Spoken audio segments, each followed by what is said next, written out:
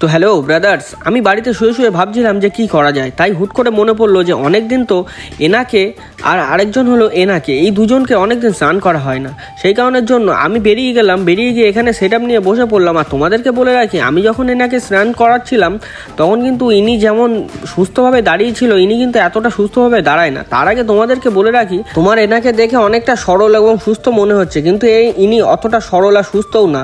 দেখো, আমি যখন ওনাকে শ্যাম্পু মাখিয়ে চান করাচ্ছিলাম তখন কিন্তু উনি খুব সুস্থভাবে দাঁড়িয়েছিল, কিন্তু ওনার সামনে যে কি একটা দেখছিল সেটা আমি বলতে পারবো না। সেই কারণের জন্য হয়তো অতটা সুস্থভাবে দাঁড়িয়েছিল। তারপরে স্নান করা হয়ে গেলে আমি গামছা দিয়ে গাটা মুছিয়ে নিলাম। গাটা মুছিয়ে নেওয়ার পরে আমার মনে পড়লো যে এবার তো একে এইভাবে ঘরে তুললে হবে না। সেই কারণের জন্য আমি ওনাকে নিয়ে একটু বেরিয়ে পড়লাম মাঠের দিকে যাব। মাঠে আসার সাথে সাথে ওর তো অবশ্যই ভালো লাগছিল, কিন্তু আমার ফাটছিল খুব, জানো তো। কারণ এই যে টানা রোদ, এই টানা রোদ ধরে ওর গা ঠান্ডা আছে বলে ওর খুব ভালোই লাগছিল, কিন্তু আমার এখানে দাঁড়িয়ে দাঁড়িয়ে খুব কষ্টই হচ্ছিল। তাই আর বেশি দেরি না করে খানিকক্ষণ ওকে মাঠে ঘোরানোর পরে সোজা চলে গেলাম বাড়ি। যাওয়ার পরে সত্যি কথা বলতে, এই যে কুকুরটাকে দেখছো, এটা হলো বল্টু, এটাও আমার ছোট কুকুর।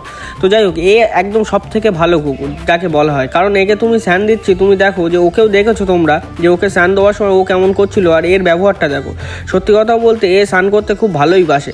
আর তোমাদেরকে বলে রাখি, একে যখন আমি স্নান করাই, এ কোনো বাথরুমও ছোটাছুটি হুড়োহুড়ি কিছুই করে না। ও চুপি চাপি এক জায়গায় দাঁড়িয়ে দাঁড়িয়ে শুধু স্নান করতে। এর আগে আমি আমার কুকুর নিয়ে যতবারই তোমাদেরকে ভিডিওতে বলেছি, ততবারই আমি বলেছি যে আমার এই কুকুরটা বদ, ওই কুকুরটা ভালো। কিন্তু ব্যাপারটা হচ্ছে কোনো সময় এ ভালো হয়ে যায় আর কোনো সময় ও ভালো হয়ে যায়।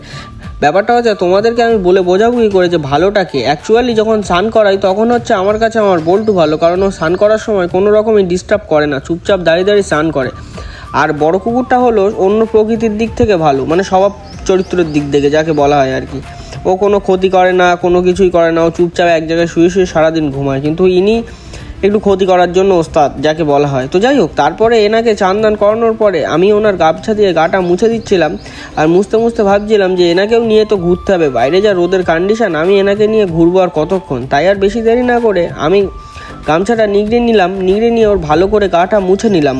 ভালো করে গাটা মুছে নেওয়ার পরে আমার মনে পড়লো আমি দাঁড়াবো ছায়া আর ওকে দাঁড়াবো রৌদ্রে। সেইভাবে আমি ছায়ায় দাঁড়িয়ে দাঁড়িয়ে আস্তে আস্তে যাচ্ছিলাম, আর ওকে আমি দাঁড় করে রেখেছিলাম টানা রৌদ্রে। সত্যি কথা বলতে এর আর ওর দুজনের মধ্যে অনেক তফাৎ আছে। কেন জানো তো, এ রৌদ্রে বেশি থাকতে পছন্দ করে না। তো টাটা, আজকের ভিডিও এইটুকুই।